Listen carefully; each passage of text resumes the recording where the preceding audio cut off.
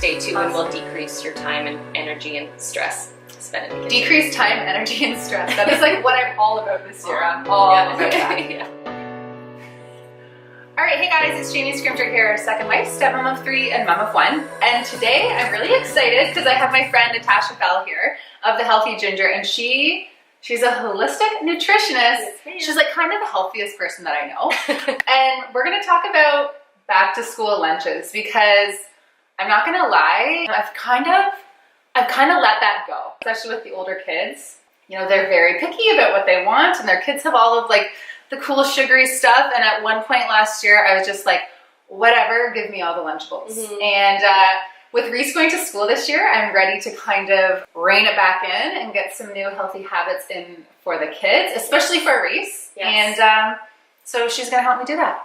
Well, the best part is don't feel bad, right? Yeah. Like we all are coming at it from different stages. It's fun because you can find new energy with Reese going back to school, or starting school, sorry, and with the older kids going back to school. But summer alone can throw a big wrench into people's eating habits, right? Because there's a lot of temptation and changes of schedule. So, and a lot of ice cream. Like we had a lot of ice cream, barbecues, a lot of and that's okay. Like that's one of the biggest things I love to tell my clients is that you still have to live and have fun, but we can totally reclaim the power, especially as we head into this new season and find ways to make nourishment and healthy food work. Yeah, so I'm gonna reclaim the power, and you're gonna need to tell me how to do that because my lunches, they need some help. Yeah. So honestly, the first thing is you need to have fun and you need to focus on nourishment. So nourishment just means choosing the best quality food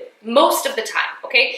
At the same time, we have to be realistic because we want our kids to be eating the food. Yeah. But start slow. Don't put too much pressure on yourself, and just more than anything, it's reclaiming the power and saying, I'm going to do it. Like shifting your mindset of how you're going to approach your lunches. So choosing real food, choosing more food that you are making in your own kitchen than what is coming in prepackaged, processed versions. Okay, so make food in my own kitchen. Step 1. Got it. You got that. So the other main point that I talk to parents about is that obviously, and it goes for you if you pack your own lunch as well too, let's decrease the amount of sugar, you know, the food dyes, the stuff that we know really messes with our mind, our mood, our energy levels. So we want to have more real food so that we can stabilize blood sugar levels, which is consistent energy all day long, and mood. We don't want our kids, you know, doing this throughout the day. Yeah. And I think it's easy for us, like we pack the lunch and we're like, peace, see ya, off to school. And because we don't really like experience the mood at school. But I know for me, like I never really thought about like how the food that we're packing is impacting how they learn and how their moods are and stuff, because they weren't really with me. So it was kind of out of sight, out of mind, right?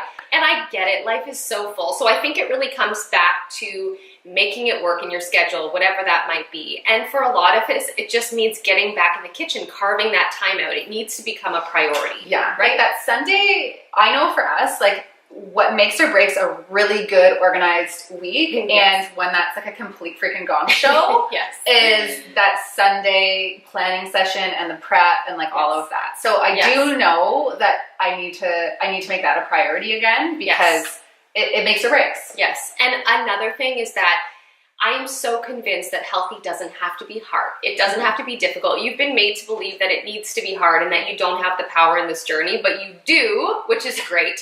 And hey, your kids are never too young to get in the kitchen and help you, right? Yeah. But I feel like if I were to say to like my 14-year-old stepson, okay, so let's bring back the healthy, let's change our energy. You know, can you help me make some energy bites? Like, I'm pretty sure he's gonna be like, no. Too cool. Too cool for school. But so how do you navigate that? Well, I do think it's a conversation, right? Like, we care about our kids, we want them to feel well, and you're also helping to create how he's going to look after himself when he moves to that next step of school or whatever. So I think it's the conversation. Maybe it's depending on the age, taking them grocery shopping, maybe just asking for a little input, not too much input. And then just starting slow, right? Like maybe it's just adding a bit more vegetables than what they were used to before. So we'll go through a few of the, the quick, that's still going to save you time and energy, but really going to decrease stress, money, waste. Like I can't stand any of that stuff. So having a little plan and just recognizing it doesn't have to be hard. Start where you are, and you can always move up. Okay, give it to me. You know, make it exciting. Like, would you want to look at a plate that's just like blah with the same colors? So choose some different colors of the rainbow. Becoming a little more in tune with what's going on seasonally. So right now, obviously, we've got some great delicious berries, some really great fresh produce. So throw that into their lunches. Finding inspiration is really important too, right? Instagram, Pinterest, like just don't try 100 different recipes, but find some inspiration. Do some searches. Just be inspired by what some other people are creating. I'm just going to throw in a disclaimer there, because I know I personally, I'll look through Pinterest and be like, oh yeah, I can do that lunch. I can do that lunch. And then I do it and it does not look like it did in the picture. Right? I'm not saying it needs to look like.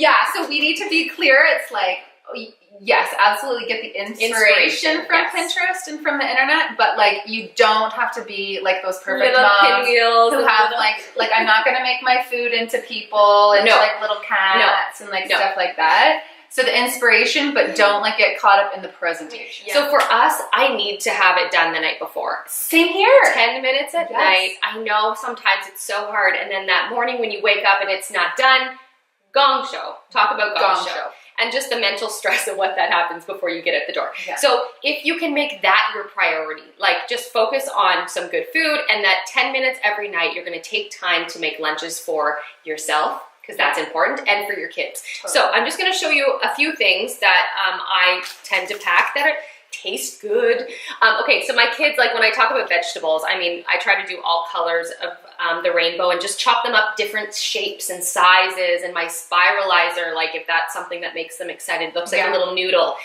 But my kids love these like little cucumbers. And honestly, sometimes I'll wash them and just chop off the ends and throw it in. They think it's so they'll just like eat the cucumber. Yes. Different sizing. Obviously apples, it's like a low glycemic fruit, pears, berries, watermelon, like just chop things up into different, sometimes I'll sprinkle some cinnamon on top of it. That's a really good idea. Okay, so did you cut the apple? I cut the apple. So did it go yellow? I do the apple, that's a good point. I do the apple the morning of. The morning of. Yeah, so it doesn't go. Okay, with some cinnamon. Yeah. And just a few other quick options just to throw in some things is like Greek yogurt. So try to choose a good low sugar option and unsweetened applesauce. This is one of my versions of like a quick, healthier option. You know, like these harvest snaps you can find. Costco's a great place if you have access to a Costco. They've got some good nut-free, healthier alternatives that make your life easier, so you're not making everything from scratch. But harvest snaps, even those veggie sticks sometimes. Those are good. For me, that's like a little treat for them, right? A little crunch. I like these Made Good bars. There are some other options. They've got the little balls, but they're nut-free. They're made with some good quality ingredients, so that's a good one. You know, my kids, they love hummus, so I'll just do veggies. I'll throw in some some nacho chips or whatever with the two, or salsa. Just to switch it up, they can put their veggies in there. And then this is just, again, I always believe we have an option to make a healthier choice. So for my kids, if I make them like a nut-free roll-up or a sandwich or something with like nut butter and then a jam, I choose this chia jam. Okay. You can make it yourself, but you can also buy it. So it's just lower sugar. It's got chia seeds in it. So do they take that sandwich and be like, this doesn't taste like jam? It tastes like jam. Does it? Okay, cool. It tastes like jam. I mean, you could do a taste test, but we probably don't need to go that far. The other thing that I think is fun is to just invest in some good quality lunchware. So my daughter's going into grade 1, and I have had it for 3 years now. It's in great condition. I just got this at a local shop.